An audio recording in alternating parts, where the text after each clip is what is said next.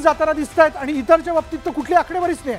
पुन्हा एकदा ही आकडेवारी आपण बघूयात. बघा, महाराष्ट्राच्या बाबतीत आता या क्षणापर्यंत सगळ्यांच्या मनात फार मोठी उत्सुकता आहे आणि परत एकदा आपण बघूयात की महाराष्ट्राच्या दिशेने जाणारा जो ट्रॅक्टर आहे तो काय आकडेवारी समोर घेऊन येतोय. आणि हा मेगा पोल जो आहे, मेगा ओपिनियन पोल, तो मी फक्त न्यूज 18 लोकमतवर बघताय. आणि महाराष्ट्राच्या बाबतीत एनडीएच्या बाबतीत जी आकडेवारी आहे ती म्हणजे 41 समोर येते आणि इंडिया आघाडीच्या बाबतीत जी आकडेवारी समोर येते ती केवळ आणि केवळ 7 येते. हा प्री पोल आहे आणि या प्री पोलमध्ये 48 जागांच्या संदर्भातली ही आकडेवारी आपण समोर आणताना दिसतोय. कारण की खूप मोठा आहे प्रश्न, खूप मोठा मेगा पोल आहे.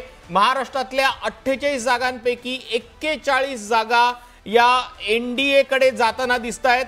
एकीकडे नेमकं काय होणार आहे, जागा वाटप अद्याप व्हायचं राहिलेलं आहे. मात्र रिजन वाईज नेमकी आकडेवारी काय असणार आहे ती आपण या मेगा स्क्रीनवरती पाहतो. मेगा ओपिनियन पोलचे अंदाज आपल्याला दिसत आहेत. या मेगा ओपिनियन पोलमध्ये एनडीएला घवघवीत यश मिळणार असा अंदाज प्री ओपिनियन पोलमध्ये दिसतोय. महाराष्ट्रात एनडीएला 41 जागा मिळण्याची शक्यता आहे असं आमचा प्री पोल सांगतो. इंडिया आघाडीला फक्त 7 जागा मिळण्याचा अंदाज व्यक्त होतोय. ही आकडेवारी बदलू शकते. हा प्री पोल आहे.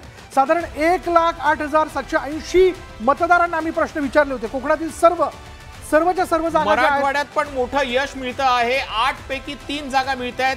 मुंबई ठाण्यामध्ये 10 पैकी एनडीएला 9 जागा मिळणार आहेत आणि इंडियाला 1 जागा या ठिकाणी मिळताना दिसते. ती 1 जागा कुठली हे जाणून घेणं फार महत्त्वाचं ठरणार आहे. विदर्भात 10 पैकी इंडियाला 1 आणि एनडीएला 9 जागा मिळू शकतात.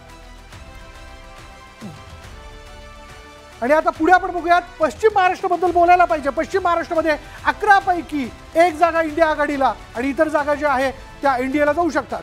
आणि हे मेगा ओपिनियन पोल खऱ्या अर्थानं म्हणजे भाजपसाठी आशादायी असणार आहेत. केशव उपाध्याय, तुम्हाला हा प्रश्न होता. पंतप्रधान नरेंद्र मोदी जेव्हा राज्यामध्ये आलेले होते तेव्हा त्यांनी सांगितलं होतं अबकी बार 40 पार, तुमचं टार्गेट अबकी बार 45 पार होतं आणि 41 जागा तुम्हाला मिळताना दिसत आहेत. प्री ओपिनियन पोल आहे, काय तुमची प्रतिक्रिया? नाही, पहिली प्रतिक्रिया एवढीच द्यायची आहे की 41 जागा जरी तुम्ही देत असला तरी आमचा जो विश्वास आहे तो आम्ही 45+ जाऊ. आणि माझं हे विधान आहे, हे विधान आपण मतदानाच्या दिवशी पुन्हा एकदा तपासून बघू ज्यावेळी प्रत्यक्ष मतमोजणी होईल. कारण ज्या पद्धतीने महाराष्ट्रामध्ये या 3 पक्षांनी मिळून अनेक योजना महाराष्ट्रात सत्तेवर आल्यापासून जनतेसाठी केल्यात. जनता ते प्रत्यक्षामध्ये पाहतीये की प्रत्येकाला विकासाच्या योजना, अनेक गोष्टी. महाविकास आघाडी सरकार जे 2.5 वर्ष महाराष्ट्रात सत्तेवर होतं, महाराष्ट्रातला विकास ठप्प झाला होता. हे त्या जनतेने बघितलं, अनुभवलं. एक दुर्दैवी कालखंड तो 2.5 वर्षाचा महाविकास आघाडी सरकारचा महाराष्ट्राच्या नशिबी आलेला होता.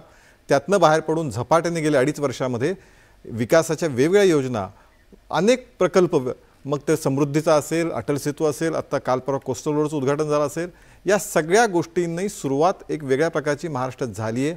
ज्याचे परिणाम अनेक निर्णय गेल्या 1.5 वर्षामध्ये या सरकारने घेतलेत, ज्याचे परिणाम आपल्याला पाहायला मिळत आहेत.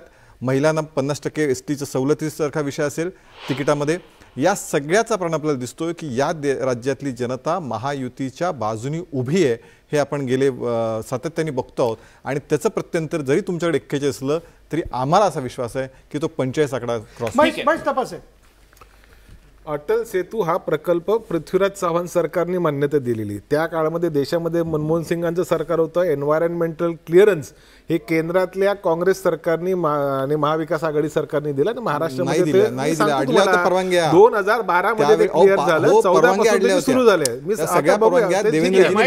त्याच्यानंतर कोस्टल आकडेवारी बोलायचं, जो ट्रॅक्टर तुमचा महाराष्ट्राचे आकडे घेऊन आला त्या ट्रॅक्टरच्या आधी फार मोठा गतिरोधक आहे. तो तुम्ही बघितला का? तो गतिरोधक विश्वासघाताचा गतिरोधक आहे. त्याच्यामुळे 41 आकडा इम्पॉसिबल आहे महाराष्ट्रामध्ये भाजपला गाठणं. मी तुम्हाला